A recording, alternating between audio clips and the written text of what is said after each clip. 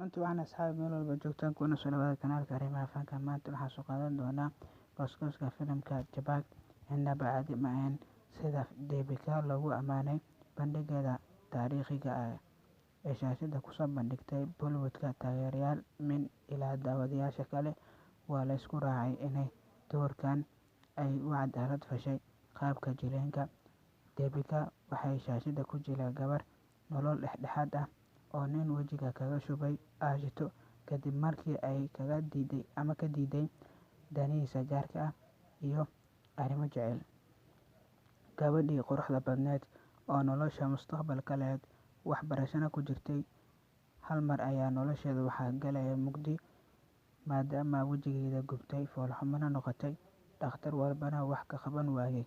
Deepika nolosha ayaa u soo ureyso, waxaase garab siinayaan qoyskeeda iyo saaxiibkeeda Vikranti.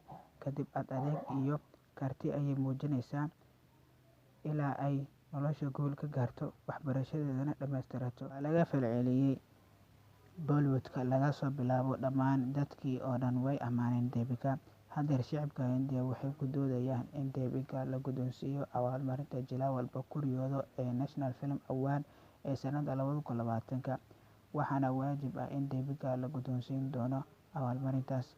Waxayna u badan tahay in Deepika la guddoonsiin doono abaalmarinta National Film Award qaybta atirishooyinka ugu wanaagsan, halka Jabag filimka ugu wanaagsan la guddoonsiin doono. Xil hore ayaaba loo sii saadaaliyay. Aan aragno haddii Deepika biladan ku guuleysato si ay kaga sar marto atirishooyinka ay la xifaaltami jirtay.